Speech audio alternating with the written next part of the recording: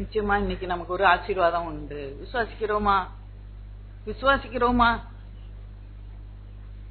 இன்னைக்கு நிச்சயமா நமக்கு ஒரு ஆசீர்வாதம் உண்டு. விசுவாசிக்கிறோமா? ஆமென். அன்பின் ரூபி மோட்சானந்தம் பாரில் வந்தீரே எங்கள் ஏழை நெஞ்சில் வாசம் பண்ணி மருள் தீர்ப்பீரே இயேசுவே நீர் பரிதாபம்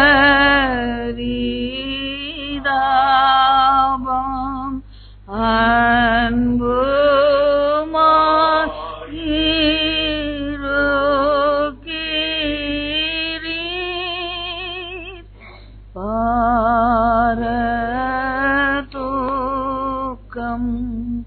கொண்ட உள்ளம் வந்து தேற்ற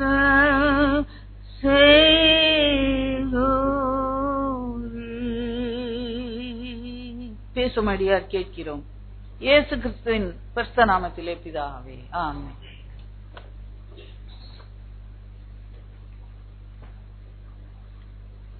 மீண்டும் ஒரு விஷயம் நான் உங்களை ஐ கிரீட் யூ. என் மனைவி சொன்ன நல்ல மழை பக்கோடா செஞ்சு இல்லை கடலையை வறுத்து சாப்பிட்டுட்டு வீட்டில் படுத்து தூங்கினா ரொம்ப சோகமா இருக்கும். ஆனா எல்லாவற்றையும் விட்டு விட்டு ஓடி வந்திருக்கிறீங்க. ஒரு சிலர் கர்த்தர் உங்களை ஆசீர்வதிப்பார். இன்றைக்கு என் மனம் திறந்து உங்களோடு கூட நான் பேச விரும்புகிறேன். சாலமோன் ஞானி தேவனுடைய ஞானத்தை பெற்றவனாய் இந்த நீதிமொழிகளை அவர் எழுதி வைத்திருக்கிறார். இதில் அநேக வசனங்கள் நமக்கு மிகவும் பிரயோஜனமாக இருக்கும். ஆகையினால் தன் வாலிப பிள்ளைகளை 31 அதிகாரங்கள் இருக்கிறது. ஒவ்வொரு அதிகாரத்தையும் ஒவ்வொரு நாளுக்கென்று அவங்க வாசிக்க வேண்டும் என்று நாங்கள் வற்புறுத்துகிறோம். அது அநேகர் அவைக்குரிய நம்முடைய தகப்பன்மார்கள் உங்களையும் வற்புறுத்தி இருப்பாங்க. இந்த நீதிமொழிகளிலே அநேக பொக்கிஷங்களை நம்மளால் தோண்டி எடுக்க முடியும். நான் இந்த நாளிலே நான் தியானித்துக் கொண்டிருக்கும் பொழுது ஒரு வசனம் கர்த்தர் என்னுடைய இருதயத்திலே போட்டார். ஒருவேளை அது என்னுடைய மனநிலைமையை அறிந்து எனக்காகவும் அவர் அந்த வசனத்தை என்னோடு கூட பேசி இருக்கக்கூடும். எனக்கு அன்புக்குரியவர்களே, மனதிலே வைத்துக் கொள்ளுங்க. பெரிய மைதானத்திலே அல்லது ஒரு பெரிய இடங்களிலே சுவிசேஷ கூட்டத்திலே பேசுவது மிகவும் எளிது. அல்லது பெரிய கூட்டங்களிலே பேசுகிறது மிகவும் எளிது. ஆனால் இப்படிப்பட்ட ஒரு ஐக்கியத்திலே தினந்தோறும் உங்களுடைய முகத்தை பார்க்கிறோம். உங்களுடைய மோஸ்ட் ஆஃப் த தேவைகளை நாங்கள் அறிந்திருக்கிறோம். உங்களுடைய வாழ்க்கை நடைமுறைகளை நன்றாய் அறிந்திருக்கிறோம். ஆனாலும் உங்கள் மத்தியிலே இந்த சின்ன கூட்டத்திலே பேசுகிறது மிகவும் ஜாக்கிரதையாக இருக்கும். கர்த்தருடைய சமூகத்தில் அவரிடத்திலிருந்து பெற்றுக்கொண்டு வருகிற வார்த்தைகள் மாத்திரம் இந்த இடத்திலே உங்களுக்கு பிரயோஜனமாக இருக்கும். இந்த 13ஆம் அதிகாரம் 12வது வசனத்தை நான் வாசிக்கிறேன். நெடுங்காலமாய் காத்திருக்குதல் இருதயத்தை இளைக்க பண்ணும், விரும்பினது வரும் பொழுதோ அது ஜீவ விருட்சம் போல இருக்கும். எனக்கு அன்புக்குரியவர்களே, இந்த வசனத்தை நான் தியானித்தவைகளை சொல்லுவதற்கு முன்பாக ஒரு முகவுரை மிகவும் அவசியமாயிருக்கு. இந்த வசனத்தை நன்றாய் நீங்கள் அறிந்து கொண்டால்தான் இந்த வசனத்தில் உள்ள இருக்கிற நன்மைகளை நம்மால் பெற்றுக்கொள்ள முடியும். ஏனென்றால் கர்த்தருடைய வார்த்தை தான் நமக்கு ஆசீர்வாதத்தை கொண்டு வரும். இங்கு சொல்லுகிறது நெடுங்காலமாய் காத்திருக்குதல். அது ஒவ்வொருவருக்கும் ஒரு அளவு. என்னால் ஒரு சில நிமிஷங்கள் காத்திருக்க முடியாதா? ஒவ்வொருவருடைய மன நிலைமைகள். ஒரு வாரம் கூட நம்மால காத்திருக்க முடியாதா? ஒருவேளை ஒரு மாதம் காத்திருப்பது ஒரு பெரிய எத்தனையோ ஆண்டுகள் காத்திருக்கிறது போல இருக்குமா? ஆனால் அப்படி காத்திருக்கிறது ஒரு வினாடியோ அல்லது பல மாதங்களோ பல வருடங்களோ காத்திருக்கிறது. ஆண்டவர் சொல்லுகிறார், ஞானி ஆண்டவருடைய ஞானத்தை வைத்து சொல்லுகிறார், அவைகள் இந்த காத்திருக்குதல் உன் இருதயத்தை என்ன பண்ணிருமா? இழைக்க பண்ணுமா? அது யாருக்கு இழைக்க பண்ணும் என்று சொல்லப்படல. எல்லா மனுஷனுக்குமே எல்லா மனுஷிக்குமே காத்திருக்குதல் இருதயத்தை இழைக்க பண்ணுமா? எனக்கு அன்புக்குரியவர்களே, இந்த இடத்திலே நான் ஒன்றை உங்களுக்கு கூட்டி சொல்ல விரும்புகிறேன். ஒரு மனுஷனுக்குள்ளே நான் ஆவி ஆத்மா சரீரத்தை குறித்து அதிகமாய் உங்களிடத்தில் பிரசங்கித்திருக்கிறேன். இன்றைக்கு நெடுங்காலமாய் காத்திருக்குதல் உன்னுடைய இருதயத்தை மாத்திரம் இழைக்க செய்யாது, உன்னுடைய சரீரத்தையும் இழைக்க செய்யும். நல்லா கவனிக்கணும். உன்னுடைய சரீரத்தையும் இழைக்க செய்யும், உன்னுடைய இருதயத்தையும் இழைக்க செய்யும், உன்னுடைய மனதையும் சோர்வடைய செய்யும். சோர்வடைய செய்த மனதிலே கசப்பும் ஏற்படும். ஆனால் ஒன்றை கண்டு நான் மிகவும் நடுங்கின ஒரு காரியம், அது ஆத்துமாவையும் இழைக்க பண்ணுமா? நெடுங்காலமாய் காத்திருக்குதல். இதை நான் முகவுரையாய் நான் உங்களுக்கு சொல்லுவேன் என்றால், உங்களுடைய காத்திருக்குதல் உங்களை எப்படி தாக்கி இருக்கிறது என்பதை உங்களால் அறிந்து கொள்ள முடியும். அதை அறிந்து கொண்டால்தான் அதை மேற்கொள்ள உங்களுக்கு பலன் கிடைக்கும். அல்லேலூயா சொல்லுமா? அல்லேலூயா, அல்லேலூயா. எனக்கு அன்புக்குரியவர்களே, இந்த வசனத்தில் இன்னொரு ஒரு காரியம் சொல்லப்படுகிறது. இளைத்திருக்கும் உண்மைதான், ஆனால் விரும்பினது வரும் பொழுதோ அது ஜீவ விருட்சம் போல இருக்கும் என்று இங்கு ஞானி சொல்லுகிறார். நல்ல கவனி. This is also a fully misunderstood phrase. கர்த்தர் உன்னுடைய விருப்பத்தை கொடுக்கிறவர். பல ஆண்டுகளுக்கு முன்பாக ஒரு வாலிப பெண்ணு அவளுடைய திருமண நாளோ அல்லது அவளுடைய பர்த்டே அன்னைக்கு அவள் ஜெபிக்க வந்திருந்தாள். அப்பொழுது அவளிடத்தில் ஒரு வார்த்தையை சொல்லி நான் ஜெபித்திருக்கிறேன், நான் மறந்து போய்விட்டேன். சங்கீதம் 20:4 சொல்லி அவளுக்கு ஜெபித்திருக்கிறேன். கர்த்தர் உன்னுடைய மன விருப்பத்தின்படி உனக்கு தந்தருளுவார். பல ஆண்டுகளுக்கு அப்புறம் அவளுக்கு குழந்தை எல்லாம் பிறந்துருச்சு. குழந்தையெல்லாம் பெருசா 10 வயசு 12 வயசு இருக்கும். சென்ற சில மாதங்களுக்கு முன்பாக ஒரு காரியத்திற்காக ஜெபிக்க வந்திருந்தார். அப்பொழுதும் கர்த்தர் இதே வசனத்தை கொடுத்தார். எனக்கு அந்த வசனத்தை ஏற்கனவே கொடுத்தார் என்று எனக்கு தெரியாது. ஆனால் இதே வசனத்தை சொல்லி நான் அவளுக்கு ஜெபித்திருக்கிறேன். அப்படி சொன்ன அந்த அங்கிள், நீங்க நான் அந்த நாளிலே திருமணமான அந்த நாளிலே எனக்கு இதே வசனத்தை சொல்லிதான் நீங்க ஜெபித்திருக்கிறீங்க, மன விருப்பத்தின்படி தந்துருவார். It is the mostly misunderstood word. எனக்கு நல்லா கவனிக்கணும் பிரியமானவர்களே. ஆனால் அந்த ஆசீர்வாதத்தை நான் சொல்லி இருக்கிறேன். ஆனால் அந்த ஆசீர்வாதத்தை சுதந்தரிக்கிறதற்குத்தான் இப்படிப்பட்ட ஐக்கியத்திலே நான் உங்களுக்கு வழிமுறையை சொல்லி இருக்கிறேன். இதை நல்லா கவனிக்கணும் பிரியமானவர்களே. I want you to very carefully listen. You want to take that blessing for you. உண்மைதான்.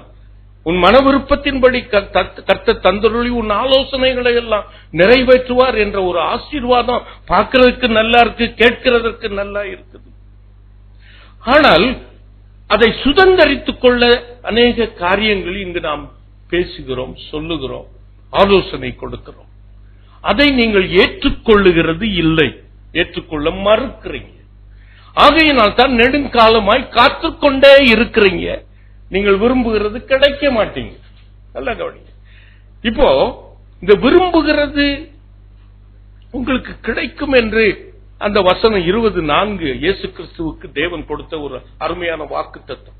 கர்த்தர் உன் மன விருப்பத்தின்படி உனக்கு தந்தருளி உன்னுடைய ஆலோசனைகளை எல்லாம் நிறைவேற்றுவார் என்று தன்னுடைய குமாரனுக்கு கொடுத்த ஒரு ஆசீர்வாதம்.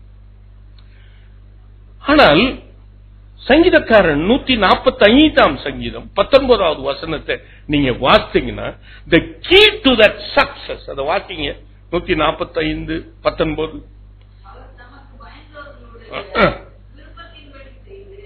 அவருக்கு பயந்தவர்களுடைய விருப்பத்தை தான் அவர் செய்வாராம். அப்போ அவர் என்னுடைய மன விருப்பத்தின்படி அவர் நான் பெற்றுக்கொள்ள வேண்டும் என்றால், அதை நான் சுதந்தரித்துக் கொள்ள வேண்டும் என்றால், நான் கர்த்தருக்கு பயந்து நடக்க வேணும். அல்லேலூயா சொல்லுவோமா? கர்த்தருக்கு பயந்து நடக்காதபடிக்கு விருப்பத்தின்படி செய்வார் என்று சொல்லி நீ உட்கார்ந்து கொண்டே இருந்தால் நீ இலவு காத்த கிளி போலதான் இருப்ப, காத்துக்கொண்டே தான் இருப்ப. அது நடக்காது, நடக்க முடியாது. இது தேவனுடைய வார்த்தை, இது தேவனுடைய சத்தியம். ஆகையினால நெடுங்காலமாய் காத்திருக்குதல், நான் அதற்கு ஒரு இருதயத்துக்கு இளைப்பாறுதல், இளைப்பை வரும் என்று சொன்னதுக்கு ஒரு சரீரத்திலே இளைப்பு வரும். பெரிய தீர்க்கதரிசி எலியா தீர்க்கதரிசி, அவனுக்கு விரோதமாய் அவள் இயேசபேல் எழும்பின பொழுது, அவன் மரித்து அவளை கொலை செய்ய வேண்டும் என்று அவன் திட்டம் பண்ணும் பொழுது, அவனுடைய சரீரத்திற்கு கேடு வந்துவிடும், நான் மரித்து போய் விடுவேன் என்று சொல்லி அவன் சரீரத்திலே ஒரு இளைப்பு வந்து ஒரு சூறை செடிக்கு கீழே போய் படுத்துக் கொண்டான். போதும் ஆத்துமாவே, போதும் ஆண்டவரே, என் ஆத்துமாவை நான் சாப்பிட்டோம். எனக்கு அன்புக்குரியவர்களே, நீங்கள் வேதத்தை நீங்கள் திறந்து வாசித்து பார்த்தீங்கன்னா, இந்த காத்திருக்குதல் மிகவும் கடினம். அது இருதயத்தை பாதிக்கிறதா, உன்னுடைய சரீரத்தை பாதிக்கிறதா, உன்னுடைய மனதை பாதிக்கிறதா, உன்னுடைய ஆத்துமாவை பாதிக்கிறதா என்பது நீ தான் நிதானிக்கணும். அல்லேலூயா சொல்லுவோமா? அல்லேலூயா. உன் ஆத்துமா பாதிக்கப்படுவதை நீ அலோவ் பண்ணவே கூடாது. அல்லேலூயா சொல்லுவோமா? அல்லேலூயா. சரீரம் இழைப்படுகிறதை கூட you can be able to overcome.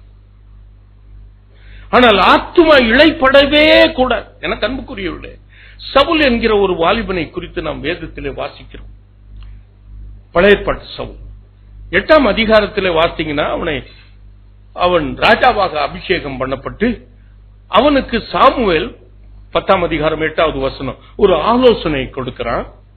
7 நாள் மட்டும் நீ காத்திரு, நான் திரும்ப வந்து நான் தகன பலிகளையும் சமாதான பலிகளையும் அது வந்து நான் உனக்கு அறிவிக்கும் மட்டும் நீ 7 நாள் மட்டும் காத்திரு. ஒருவேளை அந்த முதல் இன்ஸ்டன்ஸ்ல நாம் ரட்சிப்பு அடைந்த அந்த நாட்களிலே அந்த காத்திருக்குதலை நாம் ஏற்றுக்கொண்டிருக்க கூடும். அவன் காத்திருந்தான். ஆனால் 13ஆம் அதிகாரத்தில் இன்னொரு விஷயம் அந்த சாமுவேல் அவனை காத்திருக்க சொல்லுகிறான். நல்ல கவனிங்க. 10ஆம் அதிகாரத்திலே ஒரு காத்திருக்க சொல்றான். அவன் காத்திருந்திருக்க கூடும், காத்திருந்திருக்கணும். அவன் வந்து கர்த்தர் சொல்லுகிறதை அறிவிக்கிற வரைக்கும் அவன் சமாதான பலியையும் அவன் சர்வாங்க தகன பலியையும் அவன் சாமுவேல் வந்து செய்கிற வரைக்கும் காத்திருந்தான். 13ஆம் அதிகாரத்தில் அதே சாமுவேல் அவனிடத்திலே ஒரு கட்டளை கொடுக்கிறான். நீ 7 நாள் மட்டும் நீ காத்திரு, நான் வந்து சர்வாங்க தகன பலியையும் சமாதான பலியையும் நான் வந்து செய்து விட்டதுக்கு அப்புறம் 7 நாள் மட்டும் காத்து. என்ன அன்புக்குரியவர்களே, முதல் தடவை காத்திருந்தவன் இந்த 2வது தடவை காத்திருக்க அவனால் முடியல.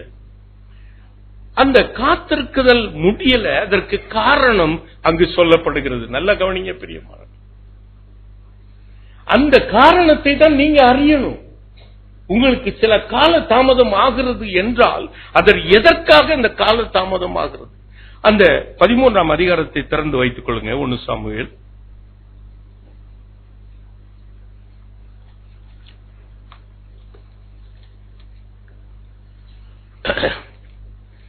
உங்களையே நீங்க கேட்டுக்கொள்ளுங்க. என்ன சரியா?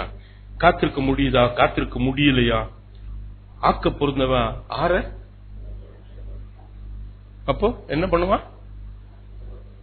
நாக்கு சூடு, கைய சூடாகிடும். இங்க பாருங்க, அவன் 7 நாள் மட்டும் காத்திருந்தேன்னு சொல்றான். ஆனா சாமுவேல் 7 நாள் என்று சொல்லும் பொழுது, இப்பொழுது உங்க வயசை எப்பொழுது நீங்க சொல்லுவீங்க? அடுத்தது மாற்றி சொல்லுவீங்க?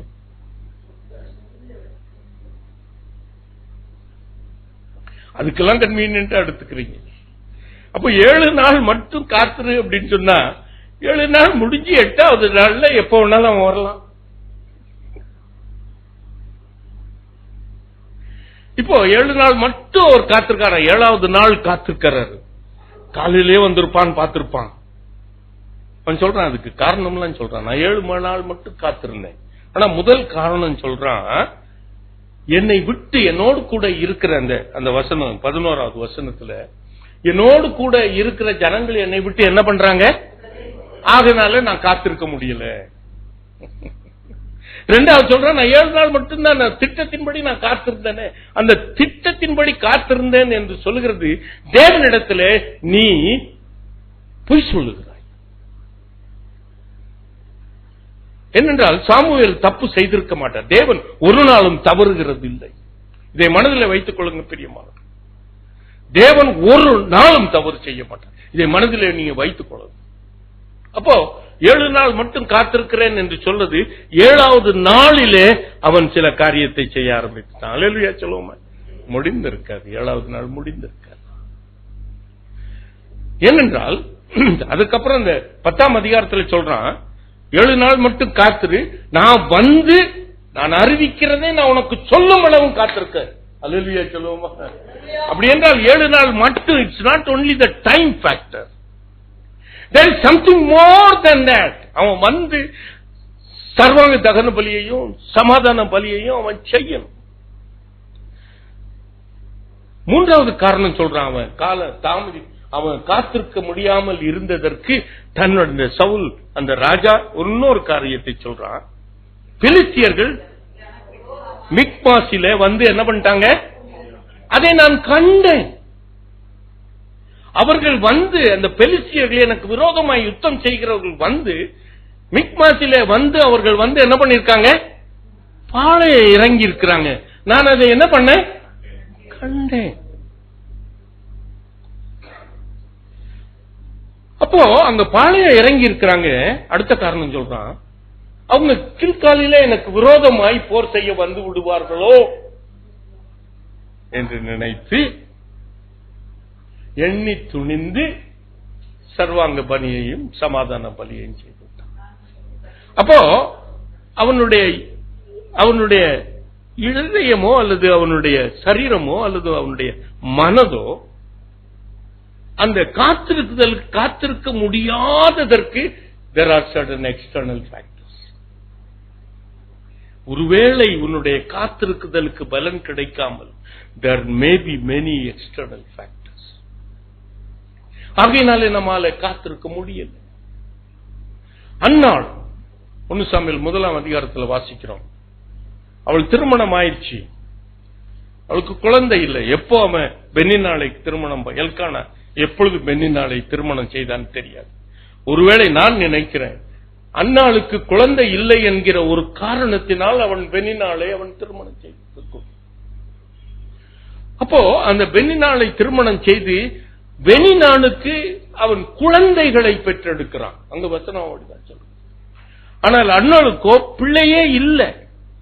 அப்போ எல்கானா இஸ் நாட், அவன் ஒரு மலடு அல்ல, இல்ல இன்னொரு பெண் மூலமாய் அவனுக்கு குழந்தை கிடைக்கிறது. அப்படி என்றால் இவள் இந்த காத்திருக்குதல் இவளுடைய மனதை வேதனைப்படுத்தி இருக்கிறது. அல்லேலூயா சொல்லுவோமா? சரீரத்தை மாத்திரமல்ல, இருதயத்தை மாத்திரமல்ல, நம்முடைய மனதும் கால தாமதம் ஏற்படும் பொழுது களைத்து போய்விடுகிறது, இளைப்படைகிறது. அந்த இளைப்படைந்த உடனே நம்முடைய மனதும் கசந்து விடுகிறது. நெடுங்காலமாய் காத்திருக்குதல் இருதயத்தை இழைக்கப்படும், உன்னுடைய மனதையும் இழைக்கப்படுகிறது. எனக்கு அன்புக்குரியவர்களே,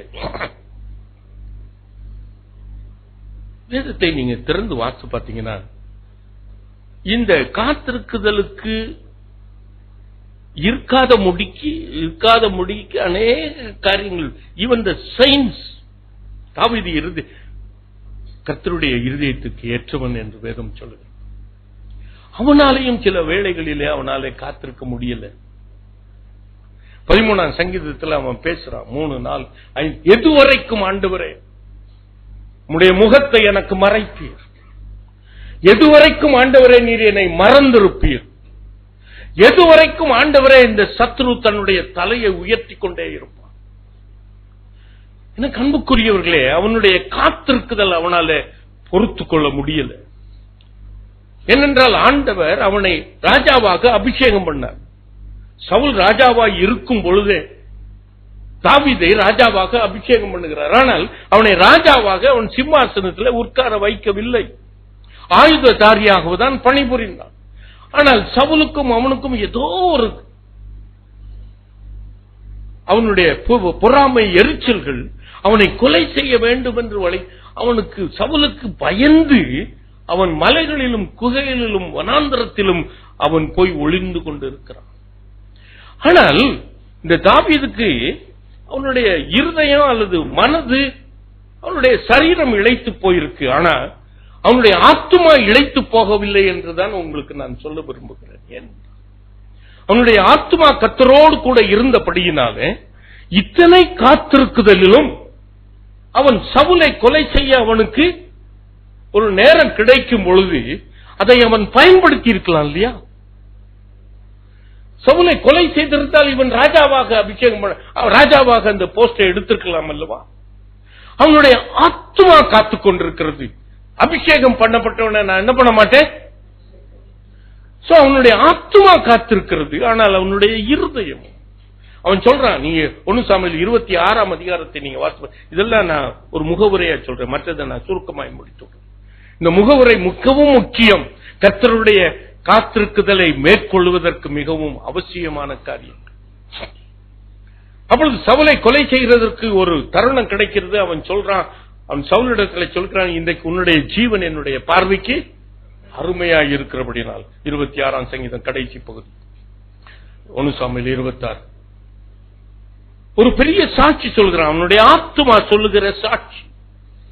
ஆனால் 27ஆம் அதிகாரம் முதல் வசனத்தில் ஏதாவது ஒரு நாள் இந்த சவுல் என்னை கொன்று போடு விடுவான் என்று சொல்லி நான் பெலிஸ்தியரின் தேசத்திலே எங்கேயாவது போய் என்னை ஒழித்துக் கொண்டால் தேவையில்லை என்று தன்னுடைய இருதயத்திலே யோசித்தான். அப்ப அவனுடைய இருதயம் இழைத்து போயிடுச்சு இந்த காத்திருக்குதலினாலே. அவனுடைய ஆத்துமா காத்திருக்கிறது.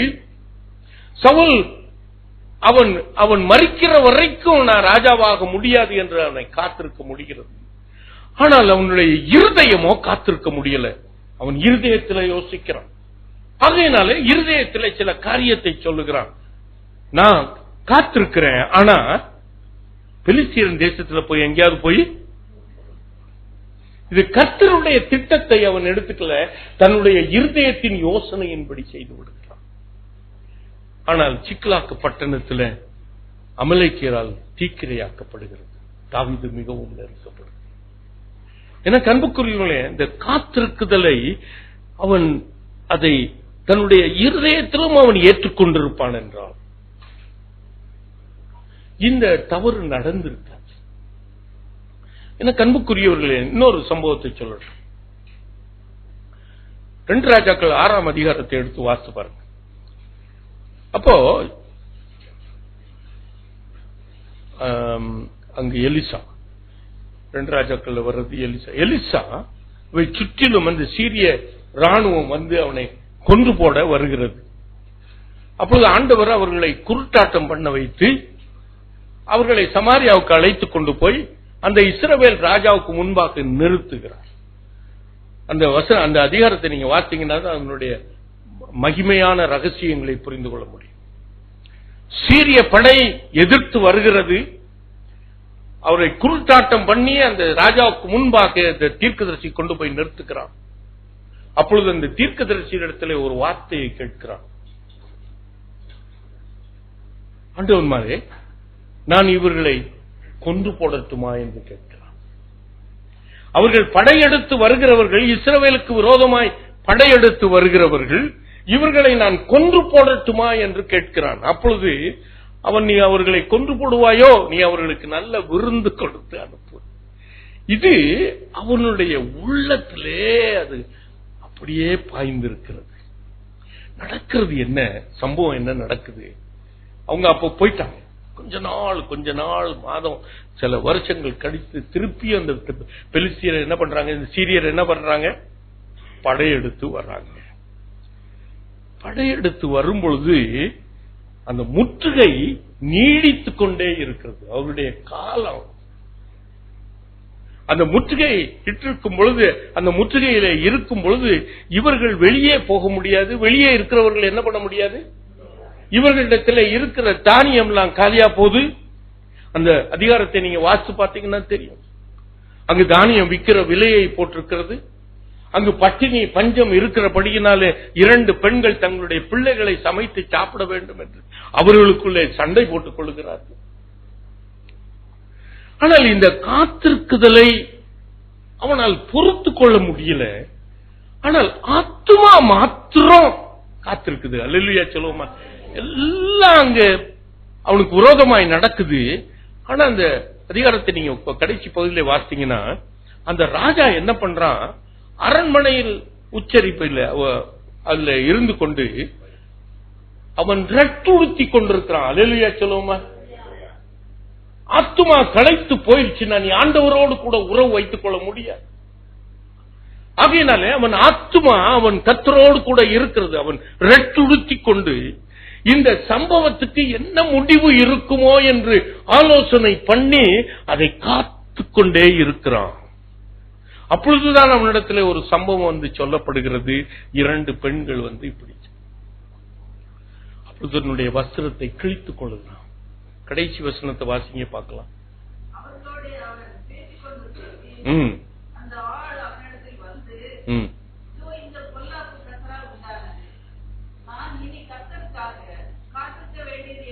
பாருங்க, இந்த ராஜா இந்த பொல்லாப்பு கர்த்தரால் தான் வந்துச்சு. இந்த பொல்லாப்பு கர்த்தரால் எனக்கு விடப்பட்டிருக்க, ஆகையினாலே நான் அவருக்கு காத்திருந்து பாருங்க. அவனுடைய காத்திருக்குதல் எலாஸ்டிசிட்டி ஆல்மோஸ்ட் பிரேக்கிங். அவனால இனிமேல் காத்திருக்க முடியல. நான் அவருக்கு காத்திருக்கிறதுனால என்ன பிரயோஜனம்? கர்த்தர் எனக்கு இதை அனுமதித்திருக்கிறார். இட் வாஸ் ஆல்மோஸ்ட் இன் தி அவனுடைய எலாஸ்டிசிட்டி இஸ் காம். காத்திருக்க முடியாது. ஆனால் கர்த்தர் அதை அப்படியே விட்டு விட்டாரா? கொஞ்சம் யோசிப்பார். அடுத்த அதிகாரத்தில் கர்த்தர் எலிசாவை அனுப்புகிறார். எலிசாவை அனுப்பி அந்த தீர்க்கதரிசி சொல்கிறார், நாளைக்கு இந்த இடத்துல என்ன நடக்கும், அந்த பஞ்சம் நீங்கணும். அந்த பஞ்சம் நீங்கிறதுக்கு கர்த்தர் ஒரு பெரிய காரியத்தை செய்கிறார். பெரிய இரைச்சலை உண்டாக்குகிறார். அல்லேலூயா சொல்லுவோம். இந்த அதிகாரத்தை வாசித்து பாருங்க. அப்ப அவனுடைய ஆண்டவர் அவனுடைய காத்திருக்குதல் முடியாத அந்த நேரத்தில், அவன் கர்த்தரை விட்டு பின்வாங்கி போற அந்த நேரத்தில் கர்த்தர் பெரிய ஒரு அற்புதத்தை செய்கிறார். அல்லேலூயா சொல்லுவோமா. அல்லேலூயா சொல்லுவோமா. அல்லேலூயா அல்லேலூயா அல்லேலூயா அல்லேலூயா. எனக்கு அன்புக்குரியவர்களே, சரீர இழைப்படை, உன்னுடைய இருதய இழைப்படை, உன்னுடைய மனது இழைப்படை, உன்னுடைய ஆத்துமா மாத்திர இழைப்படைய விடக்கூடாது. அல்லேலூயா சொல்லுமா. வெளிப்படுத்தின விசேஷம் 6ஆம் அதிகாரம் 9-10 வசனத்தை நீங்க வாசித்து பார்த்தீங்கன்னா, அங்கு வேதம் அழகாக சொல்கிறது. யோவான் ஆண்டவர் பரலோகத்துக்கு எடுத்துக்கொண்டு போகிறார். அந்த பரலோகத்தில் நடக்கிற காரியங்களை அவனுக்கு அழகாக சொல்லிக் கொண்டிருக்கிறார். 5ஆம் முத்திரை உடைக்கப்படுகிறது. நல்ல கவனி, அந்த வசனம் அப்படிதான் எழுதப்பட்டிருக்கு. 5ஆம் முத்திரை உடைக்கப்படுகிறது. அப்பொழுது அந்த பரலோகத்தில் ஒரு பலிபீடத்தின் கீழே ஆத்துமாக்கள் இருக்கிறது. அல்லேலூயா சொல்லுவோமா. அந்த ஆத்துமாக்கள் இடைப்படைந்து இருக்கிறது. அல்லேலூயா சொல்லுவோமா.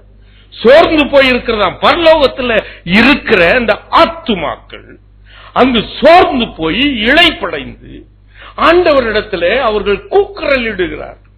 ஆண்டவரே, உம்முடைய வசனத்தின் நிமித்தமும் உமக்கு நாங்கள் சாட்சியாய் இருந்ததின் நிமித்தமும் இந்த உலகத்தின் ஜனங்களால் நாங்கள் கொல்லப்பட்டிருக்கிறோமே, இவர்களுக்கு விரோதமாய் நீ எப்பொழுது பழி வாங்குவீர்?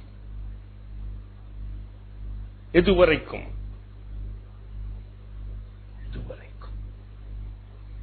எனக்கு அன்புக்குரியவர்களே, எத்தனையோ காலதாமதங்கள் என்னுடைய வாழ்க்கையில் நேரிடுகிறது.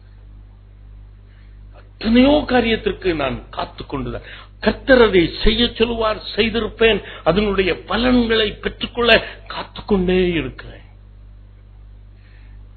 சரீரம் இழைத்து போகுது, மனம் இழைத்து போகிறது. ஆனால் என் ஆத்துமாவை இழைக்க நான் என் ஆத்துமாவை ஒப்புக் கொடுக்க மாட்டேன். அல்லேலூயா சொல்லுவோமா? அல்லேலூயா சொல்லுவோமா? தாவீது சொல்றான், ஆண்டவரே உம்மை துதிக்க முடியாதபடி என்னுடைய ஆத்துமா காவல் கொண்டிருக்கிறது, இப்பொழுது இந்த கட்டுகளை அறுத்து விடுங்க. அல்லேலூயா. 142 சங்கீதம் 7வது வசனத்தை வாங்க. அந்த ஆத்துமா கட்டப்படக்கூடாது, அந்த ஆத்துமா இழைப்படையக்கூடாது, அந்த ஆத்துமா சோர்ந்து போகக்கூடாது. உம்மை துதிக்காதபடிக்கு என்னுடைய ஆத்துமா காவல் கொண்டிருக்கிறது. எனக்கு அன்புக்குரியவர்களே, அவன் வாய் விழந்து அழுது கொண்டு ஆண்டவரிடத்தில் செபிக்கிறான். அவனுடைய ஆவியும் தியங்குகிறது. ஆனால் அந்த ஆத்துமா காவல் கொண்டிருக்கிறது. இந்த ஆத்துமாவை மாத்திரம் காவல் பட்டு வைத்து விடாதீங்க, கட்டி போட்டாதீங்க. அது எப்பொழுதுமே ஆண்டவரோடு கூட இருக்கணும். அது ஆண்டவருக்காக படைக்கப்பட்டது. அல்லேலூயா சொல்லுவோமா? அல்லேலூயா, அல்லேலூயா, அல்லேலூயா. ஆகையால் நெடுங்காலமாய் காத்திருக்குதல் ஆத்துமாக்களை இழைப்படை செய்யும். பரலோகத்திலே இருக்கிற அந்த ஆத்துமா கூட இழைத்து போகிறது. எதுவரைக்கும் ஆண்டவர்? எதுவரைக்கும்? எப்பொழுது பழி வாங்க போறீங்க? எனக்கு அன்புக்குரியவர்களே, ஆஃப்டர் ஹேவிங் செட் திஸ், ஒரு 3 காரியத்தை மாத்திரம் உங்களுக்கு சொல்லிவிட்டு நான் முடிக்க போறேன். ஏன் காலதாமதம் ஏற்படுகிறது நம்முடைய வாழ்க்கையில்? காலதாமதம் ஏற்பட்டுச்சுன்னா நம்முடைய ரியாக்ஷன்ஸ் குறித்து நான் சொன்னேன். ஆகையினால உங்களுடைய ரியாக்ஷன்ஸ் என்னன்னு நீங்களே நிதானித்து அதற்குரிய பரிகாரத்தை கர்த்தரிடத்திலிருந்து பெற்றுக்கொள்ளணும். அல்லேலூயா சொல்லுவோமா? அல்லேலூயா சொல்லுவோமா? சரீரம் பலவீனப்பட்டாலும் பரவாயில்ல, என் மனது கசப்படைந்தாலும் பரவாயில்ல, என்னுடைய இருதயம் இழைத்து போனாலும் பரவாயில்ல, I want to keep my soul always alive with God. Hallelujah சொல்லுவோமா? Hallelujah, Hallelujah. எப்படி இருந்தால் இந்த ஆத்மா எப்படி இந்த ஆத்மால இந்த இழைப்பு அல்லது காலதாமதம், இந்த சோர்வு ஏன் வருகிறது? யோவான் எழுதின சுவிசேஷம் 5ஆம் அதிகாரம் முதல் 14 வசனத்தை நீங்க வீட்டுக்கு சென்று வாசிப்பாங்க. எனக்கு அன்புக்குரியவர்களே, அங்கு ஒரு அழகான சம்பவத்தை பார்க்கிறோம். அங்கு ஒரு மனுஷனுக்கு 38 ஆண்டுகளாய் வியாதி. அது கொஞ்ச காலமா நெடுங்காலமா? நெடுங்காலமாய் வியாதி. இது வியாதி என்று மாத்திரம் நான் எடுக்கல, நல்லா கவனிங்க பிரியமானது. I am not preaching on the healing. இவன் 38 ஆண்டுகளாய் ஒரு காரியத்திற்காக காத்திருக்கிறான். எனக்கு அன்புக்குரியவர்களே, இதை மனதில் வைத்துக் கொள்ளுங்கள். ஆரோக்கியம் என்பது கர்த்தருடைய ஆசீர்வாதம். எத்தனை பேர் ஆமென் சொல்றீங்க? நல்ல சுகம் கர்த்தர் கொடுக்கிற ஆசீர்வாதம். அது போல ஆண்டவர் அநேக ஆசீர்வாதங்களை நமக்கு கொடுக்கிறார். இம்மையிலும் நமக்கு ஆசீர்வாதம், இம்மையிலே நம்முடைய சரீரத்திற்கேற்ற ஒரு ஆசீர்வாதம். இதே இம்மையிலே ஆவிக்குரிய ஆசீர்வாதங்கள். ஆவிக்குரிய ஆசீர்வாதம் பரலோகத்தில் கிடைக்கும் நினைக்காதீங்க. இந்த இம்மையில எனக்கு சரீர பிரகாரமான ஒரு ஆசீர்வாதமும் ஆவிக்குரிய ஆசீர்வாதங்களும் மறுமையில இருக்கிற ஆசீர்வாதத்தை கொடுக்கிற கர்த்தர். அப்போ இந்த இம்மையில சில ஆசீர்வாதங்கள் கிடைக்க காலதாமதமாகும் போது எதற்காக காலதாமதமாகும்? ஆவிக்குரிய ஆசீர்வாதங்களை நான் பெற்றுக் கொள்வதற்கு ஏன் காலதாமதமாகிறது என்ற ஒரு, நான் மெட்ராஸ் ஃபர்டிலைசர்ஸ்ல வேலை செய்யும் பொழுது என்னோடு கூட ஒரு மனிதன் பேசிக் கொண்டிருப்பான். அப்பொழுது தன்னுடைய சாட்சியை சொல்லிக் கொண்டிருப்பார். அவர் சொன்ன சாட்சி என்னையவே கலங்கடித்தது. அவர் அப்படி ஒரு அசிங்கமான ஒரு மனுஷன். அவர் சொல்லுவார், குடித்துக்கொண்டேதான் இருப்பாரா எப்பொழுது. குடித்துக்கொண்டு இருந்த சாதாரண குடியல்ல, இரவுல குடித்து படுத்திருக்கும் பொழுது இந்த பெட்ரூம்ல இருக்கிற அந்த அந்த வார்ட்ரோபை திறந்து அங்க வந்து ஒண்ணு கடிப்பார், பாத்ரூம் என்று நினைத்து விட்டு. அப்படி குடி, அப்படிப்பட்ட ஒரு மனுஷன், அப்படி ஒரு அசிங்கமான ஒரு வாழ்க்கையை வாழ்ந்த மனுஷன். ஆனால் கர்த்தர் அவனை கிருபையாய் ரட்சித்தார். கிருபையால் அவருடைய அபிஷேகத்தை ஊற்றினார். அந்த அபிஷேகத்தை பெற்றிருக்கிறான். அது ஆவிக்குரிய ஆசீர்வாதம் தான். ஆனால் அவர் என்கிட்ட சொன்ன காரியம், அந்த ஆவிக்குரிய ஆசீர்வாதம் எனக்கு முழுமையா கிடைக்கல. அதற்கு என்ன காரணம் தெரியுமா? நான் ஒரு அசிங்கமான ஒரு வாழ்க்கையை நடந்து ஆண்டவரை ஏற்றுக்கொண்டிருக்கிறபடினாலே அவருடைய பாஷையை என் வாயிலே கொடுக்க அவர் விரும்பல. அப்படி என்று அந்த அந்நிய பாஷை பெற்றுகிற வரம் அவருக்கு கிடைக்காததை குறித்து அவர் ஒரு விளக்கம் கொடுத்தார். எனக்கு அன்புக்குரியவர்களே, இப்படிப்பட்ட அநேக ஆவிக்குரிய ஆசீர்வாதங்கள் கால தாமதம் ஆகிக்கொண்டே வருகிறது. அநேகருடைய வாழ்க்கை அபிஷேகம் பெற்றிருக்கிறேன்னு சொல்லுவாங்க, அந்நிய பாஷை இருக்காது. ஒரு சிலரை நான் பார்த்திருக்கிறேன், அப்படியே அந்நிய பாஷை பேசாமலே மரித்து போயிருக்கிறார். ஆனால் அபிஷேகம் அவங்களுக்கு இருக்கிறது. இதற்கு காரணம் என்ன? இந்த ஆவிக்குரிய அந்த ஆசீர்வாதத்தை உனக்கு கால தாமதிக்கிறது என்ன காரணம்? உன்னை ரட்சித்தவர் நீ செய்த பாவங்களை எல்லாவற்றையும் மன்னித்து அதை சமுத்திரத்தின் ஆழத்திலே போட்டு விட்டார் என்பதை நீ விசுவாசிக்கலையே. நீ அதையே நினைத்துக் கொண்டிருக்கிறாயே. அதனால் தன் கால தாமதம். அப்போ இந்த பெருசா குளத்தருகே இருக்கிற அந்த மனுஷனுக்கு 14ஆம் வசனத்தை பார்த்தீங்கன்னா, ஏன் 38 ஆண்டுகள் கால தாமதம் ஆனதுக்கு என் ஆண்டவரே ஒரு விளக்கத்தை கொடுக்கிறார். அதிக கேடு ஒன்றும் வராதபடிக்கு நீ போ, பாவம் செய்யாதே. அப்படி என்றால் இந்த 38 வருஷம் அவனுக்கு கால தாமதம் ஆனதற்கு காரணம் என்ன? நான் பாவம் என்று நான் ஜெனரலா சொல்ல விரும்பல. ஏனென்றால் நாம் அநேக விசுவாசிகளோடு கூட நான் பேசுகிறேன். அவர்கள் பாவங்கள் எல்லாம் மன்னிக்கப்பட்ட நிச்சயத்தோடு இருக்கிற விசுவாசிகள் தான். ஆகையினாலே அவர்களிடத்தில் நீ பாவி என்று சொன்னால் அவங்க ஏற்றுக்கொள்ள மாட்டாங்க. அல்லேலூயா சொல்லுவாங்க. இது பாவம் என்று சொல்வதற்கு பதிலாக நான் என்ன சொல்கிறேன்? அநேக குற்றங்கள், அநேக குறைவுகள் விசுவாசிகளாகிய நம்மிடத்திலே காணப்படுகிற ஒரு மிக முக்கியமான ஒரு குறைவு, அல்லது அது பாவம் அல்லது குறைவு என்று எடுத்துக்கொண்டா அது குறைவு அல்லது குறை என்ன? ஆண்டவருடைய சித்தத்தை செய்யாமல் இருப்பது. அல்லேலூயா சொல்லுவோம். அப்ப கர்த்தருடைய சித்தத்தை அறிந்து நான் செய்யாமல் இருக்கும் பொழுது என்னுடைய வாழ்க்கையில காலதாமதம் ஏற்படுமா ஏற்படாதா? ஆமா சொல்லுங்க, இல்ல சொல்லுங்க. அப்ப அநேக காரியங்கள் நம்மிடத்தில். ஆகினால் தான் ஆண்டவர் அவனை பார்த்து சொல்லுகிறார், அதிக கேடு ஒன்றும் வராதபடிக்கு, அதிக நாள் காலம் தாழ்த்தாதபடிக்கு நீ எனக்கு போய் பிரியமானதை செய், என்னுடைய சித்தமானதை செய். அப்போ அந்த சத்தத்திற்கு அவன் செவி கொடாதபடியினாலே அவனும் விசுவாசித்தான். உண்மைதான். ஏனென்றால் அந்த நாட்களிலே பெதஸ்தா குளத்தை ஒரு தூதன் வந்து கலக்குவான். அப்பொழுது யார் முந்தி போய் அதுல குதிக்கிறாங்களோ அவர்கள் எல்லாம் என்ன வியாதியா இருந்தாலும் அப்போ குணமாயிருவேன் என்ற நம்பிக்கை விசுவாசம் இருக்கு. ஆனால் அவனுக்குள்ளே ஒளிந்து கிடைந்த குற்றங்கள், குறைவுகள், கர்த்தருடைய சித்தத்தை செய்யாத காரியங்கள், கர்த்தருக்கு பிரியமாய் நடக்காத காரியங்கள், கர்த்தர் சொன்ன சில காரியங்கள், கெட்ட வார்த்தை ஒன்றும் உன்னிடத்தில் புறப்பட வேண்டாம், ஆனா என் வாயை திறந்தாலே கெட்ட வார்த்தை வருது. அப்படி என்றால் கால தாமதம் ஆகுமா ஆகாதா? சொல்லுங்க, நீங்க தான் சொல்லணும். என்ன அன்புக்குரியவர்களே, அப்படி இருக்கும் பொழுது என்ன நடக்குது? அவனால் ஒரு இயலாமை,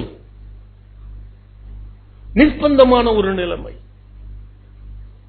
எழுந்து அந்த குளத்துக்கு போக முடியாத நிலைமை, யாரும் அவனுக்கு உதவி செய்ய முடியாத ஒரு நிர்பந்தமான ஒரு நிலைமை, ஒரு இயலாத ஒரு வாழ்க்கை. இது நமக்குள்ளே இருக்கிற அந்த குறைவுகள், அந்த குற்றங்கள் நம்மை நிர்பந்தப்படுத்தி நம்மை கால தாமதமாய் ஆய்கொண்டே இருக்கிறது. அல்லேலூயா சொல்லுவோமா? அல்லேலூயா, அல்லேலூயா. சவுல், புதிய ஏற்பாட்டு சவுலை குறித்து சொல்லட்டும். அவனுக்கும் நல்ல நியாயப்பிரமாண புஸ்தகத்தை கமாலியல் பாதத்திலே படித்தவன் தான், தெய்வத்தை அறிந்தவன் தான். ஆனால் இயேசுவை அறியாதவன்.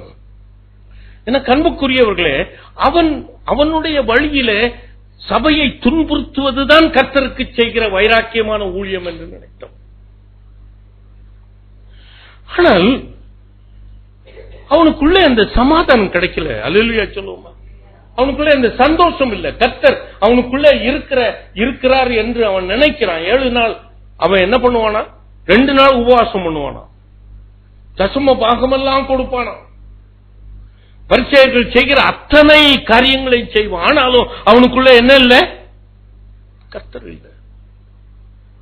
அவன் சொல்றான், 7ஆம் அதிகாரம் ரோமருக்கு எழுதும் பொழுது தன்னுடைய நிலைமையை அழகாக சொல்கிறார். இந்த பெதஸ்தா குளத்தருகே கண்ட அந்த மனுஷன் சொல்லுகிறது விதமாக அவனும் சொல்லுகிறான், நான் நிர்பந்தமான மனுஷன். ரோமர் 7:24. அதற்கு நிர்பந்தமான நிலைமைக்கு அவன் அழகாக கருத்து சொல்லுகிறார். என்ன? நான் விரும்புகிறதை செய்யாமல் நான் வெறுக்கிறதையே நான் செய்கிறேன். நான் செய்கிறது எனக்கே சம்மதில்லை. 15ஆம் அதிகாரம் 15ஆம் வசனம் 14வது வசனத்தை, நான் செய்கிறது எனக்கே சம்மதம். நான் செய்கிறது எனக்கே சம்மதம் இல்லாமல் நான் காலமாய் செய்து கொண்டிருக்கிறேன். எப்பொழுது அந்த காலம் முடியும்? கொஞ்சம் யோசித்து பாருங்க. நான் செய்கிறது எனக்கே சம்மதம் இல்லை, நான் விரும்புகிறதை செய்யாமல் வெறுக்கிறதையே நான் செய்து விடுகிறேன். நான் நிர்பந்தமான மனுஷன், என்னால ஒண்ணு இயலாமை. பெதஸ்தா குளத்தருகே கண்ட அந்த மனுஷனுடைய இயலாமை இந்த சவுல் என்கிற வாலிபன் இடத்துல பார்க்கலாம். But be encouraged. அந்த 2 பேருக்கும் God encountered them. Hallelujah. Shalom. Hallelujah. Because you are chosen. Hallelujah. Hallelujah. Hallelujah. God encountered him. அவரே அந்த பெதஸ்தா குளத்தில் வந்து நின்றார். Encountered him. அதே போல சவுலை ஆண்டவர் அவனுடைய ஆண்டவர் வைத்திருந்த அந்த திட்டங்கள் அவனுடைய வாழ்க்கையிலே நடைபெறாமல் கால தாமதம் ஆய்கொண்டிருக்கிறதை பார்க்க சகிக்காத ஆண்டவர் அவனுக்கு முன்பாக தோன்றுகிறார். அல்லேலூயா சொல்லுவோமா? Many times God has encountered you, but even then அதை நம்ம அசட்டை பண்ணுகிறோம். ஆகையினால் இன்னும் காலதாமதம் ஆய்கொண்டே. When God encounters, இந்த சவுல் கேட்கிறான். அது தமிழ் வேதாமத்திலும் கிங் ஜேம்ஸ் வெர்ஷன்ல இருக்கும். நான் என்ன செய்ய சித்தமாயிருக்கிறேன். Please do not read NIV. அதுல அந்த வசனமே இருக்காது. நான் என்ன செய்ய சித்தமாயிருக்கிறேன். அப்பொழுது அவனுடைய கால தாமதம் அன்னைக்கு முடிவாயிடுச்சு. அல்லேலூயா சொல்லுமா? நீ போ, பட்டணத்துக்கு போ, நீ போ, அங்க நீ செய்ய வேண்டியது அங்க உனக்கு சொல்லப்படும். அல்லேலூயா சொல்லுமா? அல்லேலூயா, அல்லேலூயா. When you are waiting and not doing God's will, a day is in 2016 is going to come to everyone. God will encounter them. Hallelujah. Shalom. கர்த்தர் அவர்களை சந்திப்பார். 2016 is going to be a year God the encounterல கொல்லவங்களை எல்லாம் ஆண்டவர் சந்திக்க போறார். He is going to encounter. He is going to, otherwise 2016 is going to be an unlivable country. India is going to be unlivable. But God has to encounter. அதை செய்வார். 2வது mark 5ஆம் அதிகாரத்தில் இன்னொரு சம்பவத்தை வாசிக்கிறோம். 12 ஆண்டுகள் பெரும்பாடுள்ள ஸ்திரீ, 12 years is too long a period of sickness or not? ஆமாவா இல்லையா? நெடுங்கா 12 ஆண்டுகள் பெரும்பாடு, ரத்த போக்கு, நிற்க முடியாது, நடக்க முடியாது, வேலை செய்ய முடியாது, மக்களோடு சந்தோஷமா இருக்க முடியாது, மக்களை பார்க்க முடியாது. அந்த நாட்களிலே அந்த ரத்த போக்கு இருந்துச்சுன்னா அவங்க என்ன பண்ணக்கூடாது? வெளியே வரக்கூடாது. இப்படிப்பட்ட நிலைமை. இந்த காலதாமதம் ஏன் ஏற்படுச்சது என்று நீங்க அதை துருவி பார்த்தீங்கன்னா,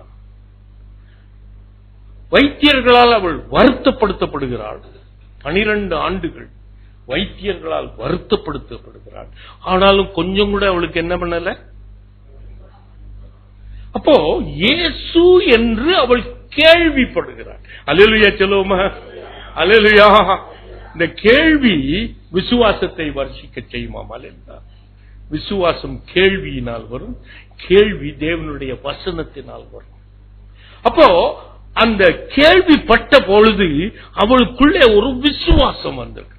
அப்பொழுது அந்த அவிசுவாசம், கர்த்தரை அறியாத ஒரு அவிசுவாசம், கர்த்தரை தெரிந்திருந்தும் அவர் எனக்கு செய்ய முடியும் என்கிற நம்பிக்கை இல்லாமை. அல்லேலூயா சொல்லுவோமா? அது காலதாமதம் ஏற்படும். அவரால் என்னுடைய வாழ்க்கையை உயர்த்த முடியும், நான் அவற்றை போறதில்லை.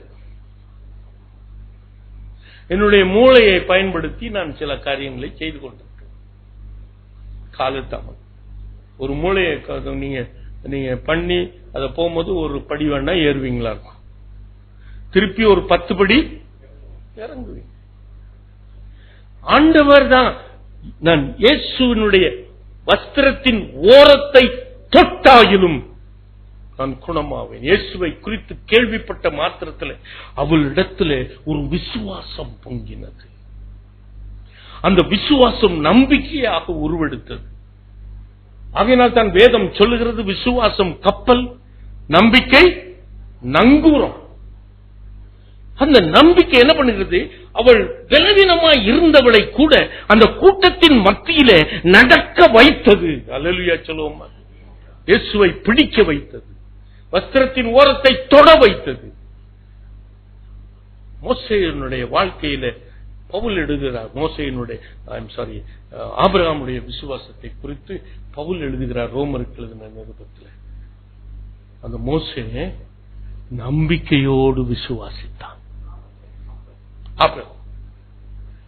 ஆபிரகாம் நம்பிக்கையோடு விசுவாசித்தான். ஒருவேளை விசுவாசம் இருக்கு, நம்பிக்கை இல்லாமல் இருக்கும். நங்கூரம் இல்லாமல் அப்படியே அலைந்து கொண்டிருக்கிற கப்பலை போல இருக்கிறோம். நாடின துறைமுகத்திலே வந்து நங்கூரம் போட்டு தங்க வேண்டும் என்றால் அந்த நம்பிக்கை வேணும். பிரியமா, நம்பிக்கையோடு ஆபிரகாம் விசுவாசத்தின் தகப்பன் தான். இன்றைக்கு எந்த விசுவாசியை நான் பார்த்து நீ விசுவாசிக்கிறையா அப்படின்னு கேட்ட, விசுவாசிக்கிறேன். விசுவாசித்தால் தேவனுடைய மகிமையை காண்பாயின்னு நான் ஒரு வசனம் ஒரு பேஸ்புக்ல போட்டேன். அதுக்கு அத்தனை பேர் லைக் போடுறாங்க. எல்லாரும் விசுவாசிக்க. ஆனா அது லைக் போட்டவனுக்கு பூரா அவனுடைய வாழ்க்கையில எல்லாம் நடந்துருச்சா, காலதாமதம் இருக்கா? எனக்கு அன்புக்குரியவர்களே, விசுவாசம் அவன் அளவுக்கு கர்த்தர் அவனுக்கு விசுவாசத்தை கொடுத்திருக்கிறார் என்றுதான் வேதம் சொல்லுது. ஆனால் அந்த அளவு விசுவாசம் எல்லாவற்றையும் ஜெயிக்க முடியாது. அல்லேலூயா சொல்லுமா? எல்லாவற்றையும் மேற்கொள்ள முடியாது, எல்லா கால தாமதத்தையும் மேற்கொள்ள முடியாது. அல்லேலூயா சொல்லுமா? அதற்கு தான் அந்த அந்த சீஷர்கள் கேட்கிறாங்க லூக்கா 17:5, என்னுடைய விசுவாசத்தை வர்த்திக்கப்படும். You increase our faith. அப்பொழுதுதான் ஆண்டவர் ஒரு நாள் ஒன்று வருகிறது. அப்பொழுது உன்னதத்திலிருந்து பலனை அவர்கள் ஊற்றுகிறார். பரிசுத்த ஆவியின் மூலமாய் கிடைக்கிற விசுவாசம் என்கிற வரம், விசுவாசம் என்கிற கனி இது வேணும் பிரியமான. அது கால தாமதங்களை அது மேற்கொண்டு வரும். அல்லேலூயா சொல்லுவோமா? அல்லேலூயா, அல்லேலூயா. உன்னுடைய இருதயம் இழைத்து போகாது. இழைத்து போனாலும் அந்த தாவீது சொல்றான், அந்த 13ஆம் சங்கீதத்தை எடுத்து வாசிப்பாரு, எதுவரைக்கும் என்னை மறந்திருப்பேன், எதுவரைக்கும் உன்னுடைய முகத்தை மறைப்பேன், எதுவரைக்கும் ஆண்டவரை சத்ரு தன்னுடைய தலையை உயர்த்தும். ஆனால் 5ஆம் வசனத்தில் அவன் சொல்றான், ஆண்டவரே உம்முடைய கிருபையில நான் நம்பிக்கையாயிருப்பேன். கரந்தட்டி ஆண்டவர். அப்படி என்றால் அவனுடைய ஆத்மா சாகல பிரியமா, சரீரம் செத்து போச்சு, மனது உடைஞ்சு போச்சு, ஆத்மா சாகல. அவருடைய கிருபையில நான் நம்பிக்கையா இருப்பேன். எனக்கு அன்புக்குரியவர்களே, ஆகையினால் தான் பவுலிடத்தில் ஆண்டவர் சொல்லுகிறார், அவன் செபித்து செபித்து செபித்து சோர்ந்து போயிட்டான். தன்னுடைய சரீரத்தில் ஒரு பலவீனத்தை குறித்து 3 முறை ஆண்டவரிடத்தில் ஜெபிச்சான். ஆண்டவர் சொல்லுகிறார், என் கிருபை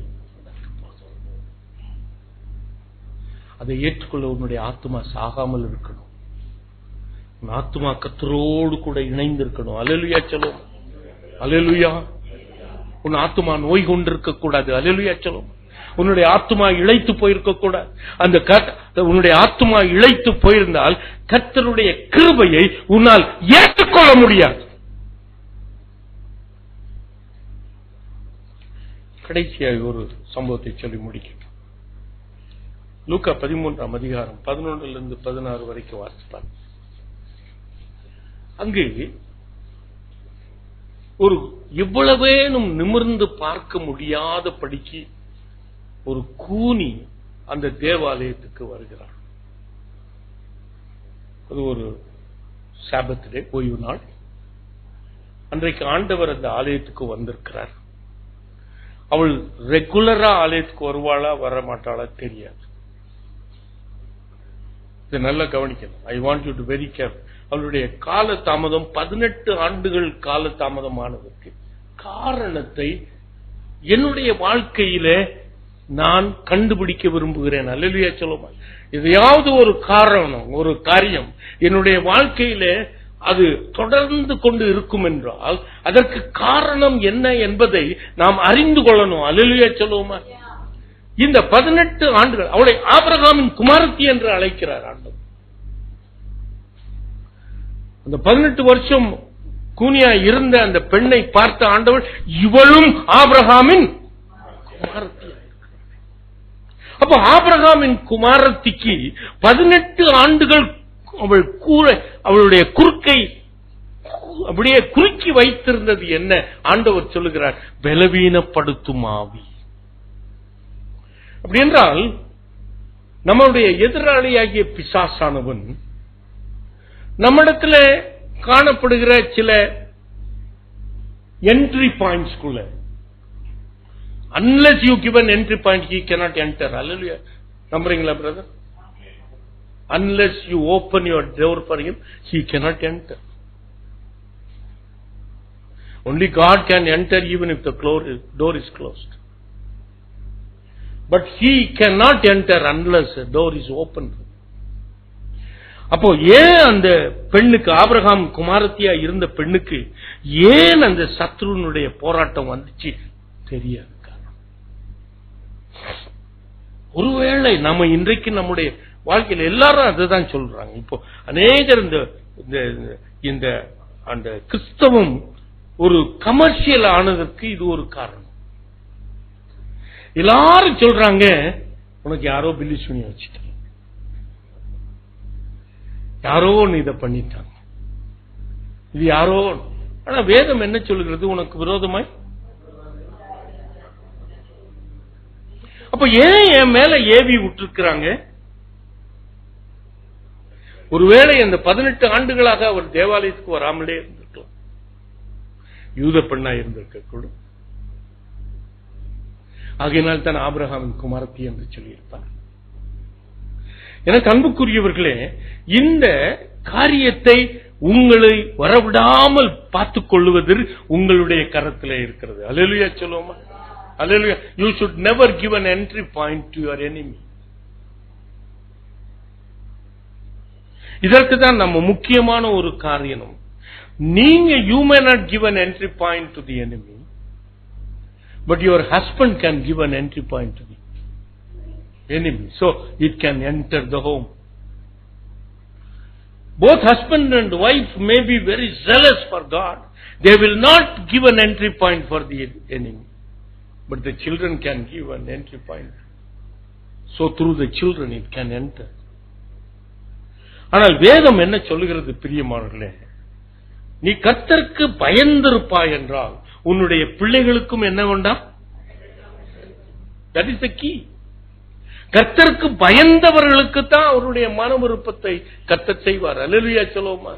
So the basic truth, உனக்கு கால தாமதத்துக்கு இல்லது பிசாசின் கிரியைகள் உன்னை வந்து தாக்குவதற்கு ஒரு காரணம், கர்த்தருக்கு பயப்படுகிற பயம் இல்லை. ஒருவேளை கர்த்தரை நீ விசுவாசிக்கலாம், கர்த்தர் மீது உன்னுடைய அன்பை வைத்திருக்கலாம். Lord Jesus I love you என்று அவரை அனைத்து முத்தமிடலாம். நீ அதான் நிறைய வொர்ஷிப் லீடர்ஸ் செய்யறாங்க இந்த நாட்கள். ஐ லவ் யூ ஜீசஸ், அவங்க பாடுற பாட்டை அப்படியே மனதுருகிடும் நம்மளுக்கு. They have the love for God. They have the latest word used for that is the passion for God. They have a passion for God. But they don't have the fear of God. கர்த்தரினுடைய மன விருப்பத்தின்படி எனக்கு செய்கிறார் என்றால் அதற்கு காரணம் நான் கர்த்தருக்கு பயந்து நடக்கிறேன். அல்லேலூயா சொல்லுவோம். அல்லேலூயா, அல்லேலூயா, அல்லேலூயா, அல்லேலூயா. இந்த மேல்வாரியான ஒரு ஆசீர்வாதத்தை வைத்து கர்த்தர் என்னோடு கூட இருக்கிறார், கர்த்தர் செய்தார் என்று சாட்சி சொல்லாதீங்க. அதனால தான் சாட்சி சொல்லுகிற நேரம் வந்தோடனே நிறுத்திட்டேன். சாட்சி சொல்றவங்க என்ன சாட்சி சொல்றாங்கன்னு எனக்கு தெரியும். எனக்கு அன்புக்குரியவர்களே, சாட்சியின் நிமித்தம் நான் கொல்லப்பட்டேன். பரலோகத்தில் இருக்க ஆத்துமா கதிர்து. உம்முடைய வசனத்தின் நிமித்தம், என்னுடைய சாட்சியின் வாழ்க்கையின் நிமித்தம் நான் கொல்லப்பட்டிருக்கிறேன். அதான் சாட்சி, அதான் சாட்சி. எனக்கு அன்புக்குரியவர்களே, கர்த்தர் இந்த he has come with so much of compassion today. அவர் நான் தான் அநேக நேரத்தில் நம்ம தான் கோபப்பட்டுருவோம். நான் கர்த்தர் கோபப்படுறது இல்லை. அல்லேலூயா சொல்லுவோமா? அல்லேலூயா சொல்லுவோமா? அல்லேலூயா. அவர் தம்முடைய தெரிந்து கொண்டவர் மீது நீடிய பொறுமை உள்ளவராயிருக்கிறார். Probably 2016 is a year of grant to you. அது கிருபையாய் உனக்கு கொடுக்க. நான் இன்னைக்கு மீண்டும் சொல்றேன், 2016 is going to be a year of turmoil. இன்னைக்கு 4 இங்கிலீஷ் சேனல்ல கொஞ்ச நேரம் பாத்தீங்கன்னா உங்க சமாதானம் எப்படி இருக்கு பிரதர்? பைத்தியம் முடிக்குது இல்ல? உலகத்துல இந்திய தேசத்துல நடக்கிற காரியங்களை ஒரு 10 நிமிஷம் அந்த இங்கிலீஷ் சேனல்ல போட்டு பாருங்க. You lose all your peace. இனிமேல் இங்கிலீஷ் சேனல்ல நீங்க நியூஸ் படிக்க வேண்டாம். 2016 is going to be a year you will hear everything. You won't be able to live peacefully. ஆகையால் கர்த்தர் இந்த நாளிலே உங்களை பலப்படுத்தும்படி, உங்களுடைய ஆத்துமா இளைத்து போகாதபடி, என் சரீரம் உடைஞ்சு போயிருக்கலாம். ஒரு மாதமாக I was toiling with my dentist. வலி வேதனை. என் மனைவி she is also toiling for a knee pain. இருக்கும். ஆனா எங்க ஆத்மா என்ன ஆகல? சோர்ந்து போகாதே மனமே, சோர்ந்து போகாதே, போராட சோர்ந்து போகாதே, கண்டுனை ஆளைத்த தேவன் கைவிடுவாரோ, கண்டுனை ஆளைத்த தேவன் கைவிடுவாரோ, சோர்ந்து போகாதே மனமே, சோர்ந்து போகாதே. சோதனைகளை சகிப்போன் பாக்கியவா நல்லோ. சோதனைகளை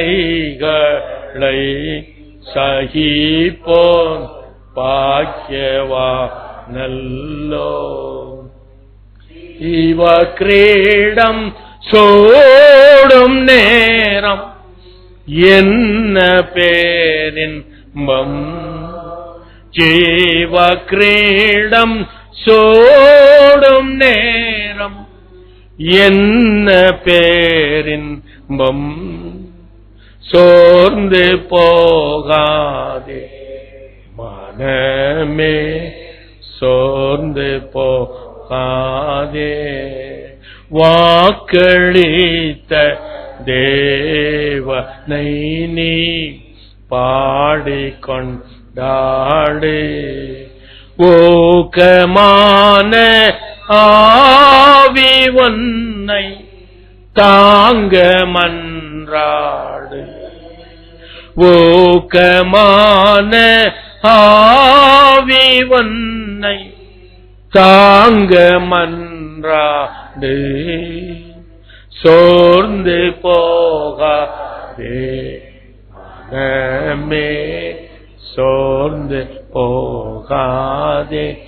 கண்டோனை அழைத்த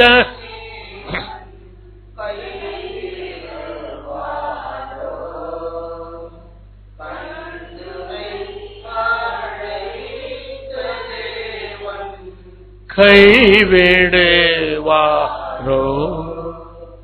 சோர்ந்து போகாதே மனமே, சோர்ந்து போகாதே. நெடுமல் சோர்ந்து போகாதே. நெடும் காலமாய் காத்திருக்குது. என் சரீரத்தை இழைக்க பண்ணியிருக்கிறது, என் இருதயத்தை இழைக்க பண்ணுகிறது. 13 ஆண்டுகள் யாக்கோபு யோசேப்புக்காக உன்னுடைய இருதயம் சோர்ந்து போயிடுச்சு. நான் துக்கத்தோடு கூட நான் உன் குழியில் இறங்கினால் எனக்கு தாவல். ஆனால் கர்த்தர்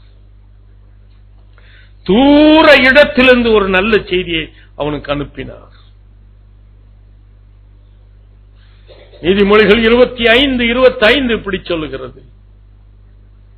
தூர இடத்திலிருந்து வந்த நல்ல செய்தி உன் விடாய்த்து போன ஆத்துமாவுக்கு ஒரு குளிர்ந்த தண்ணீரை போல இருக்கும். தூர இடத்திலிருந்து, எகிப்து தேசத்திலிருந்து ஒரு நல்ல செய்தி யாக்கோபுக்கு புறப்பட்டு வந்தது.